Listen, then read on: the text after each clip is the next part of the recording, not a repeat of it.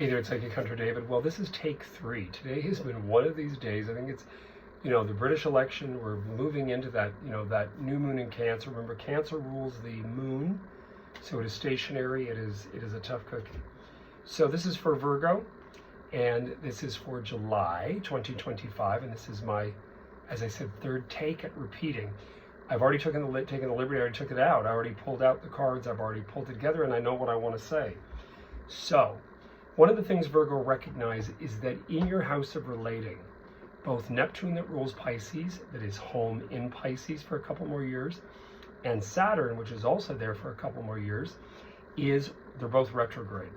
So the first thing I pulled out here in regards to really looking at the whole story from these angel oracle cards is the term friendship.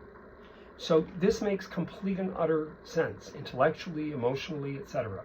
That from here forth, already begun, especially with this new moon in Cancer, which is still affecting you. It's the moon, it affects every one of us, as does Leo with the sun, is getting you to really acknowledge and look at what's going down.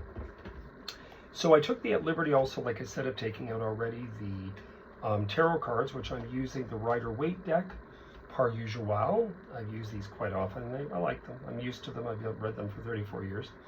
The first thing you've got in your reading in here is this confliction element, these three swords. Not very pretty, the three swords in your heart. God knows I don't want to have to go through heart. I've gone through heart investigation. Let's just keep it where it was, right? Keep it where it is. Three of Swords is not the end of the world. The Three of Swords to me is acknowledgement based upon acknowledgement. It's confliction based upon acknowledgement. So what you've got in here is you've got the aspect of the initial Ace of Swords, the Sword of Truth, kind of digging in, twisting, getting to the bottom of.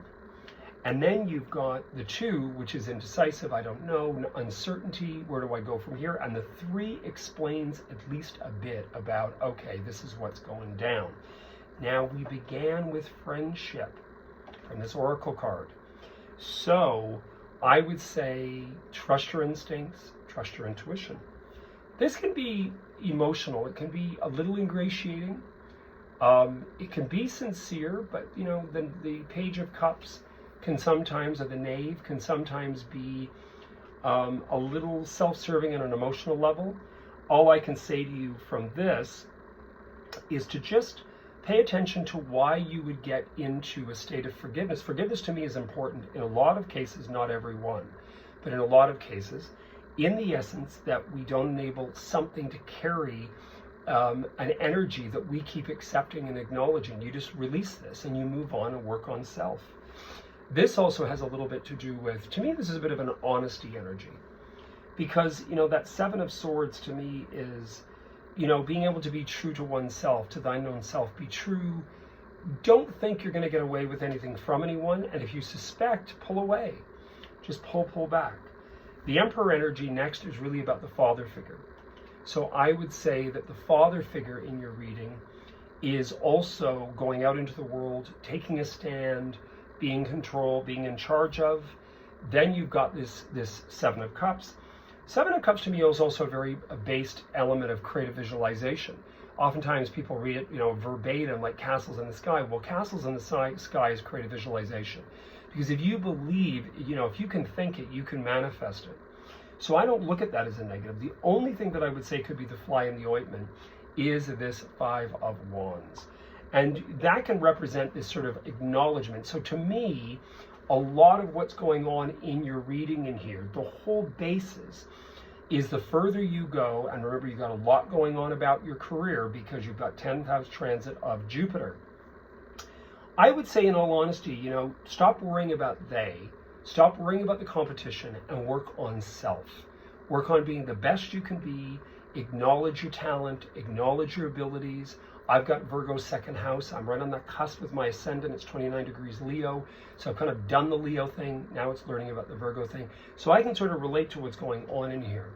But sometimes it's best just to take a back seat and step back, work on yourself, get out there, acknowledge the opportunities that present themselves through July, August into your birthday month, and really just go with it. You're always, each and every one of us going to run up against something with somebody. The human animal, as I've reiterated, is carnivorous. We do eat meat. This is the reality. It's heartbreaking. I don't like it either. I don't want to see it.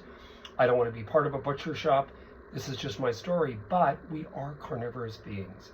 So I would say with that outcome, that Five of Wands, they're not using swords, thank God, but it is competitiveness in regards to other people's fractions, their ideas, their intention, etc. And just being able to understand that we're not going to win over necessarily anybody. When you've got that Five of Wands, it kind of means, okay, we're going to agree to disagree. Anyway, you heard it here first. I hope you guys have a wonderful day. Finally, I was able to get through this because I've tried 3 times. And I wish you guys, you Virgos, a wonderful time. Happy 4th of July to everybody. And I hope the election in Britain works as a benefit for the people. I wish you guys all the best. Cheers. If you want to have a reading with me, all the information is listed on my page here on YouTube. Cheers.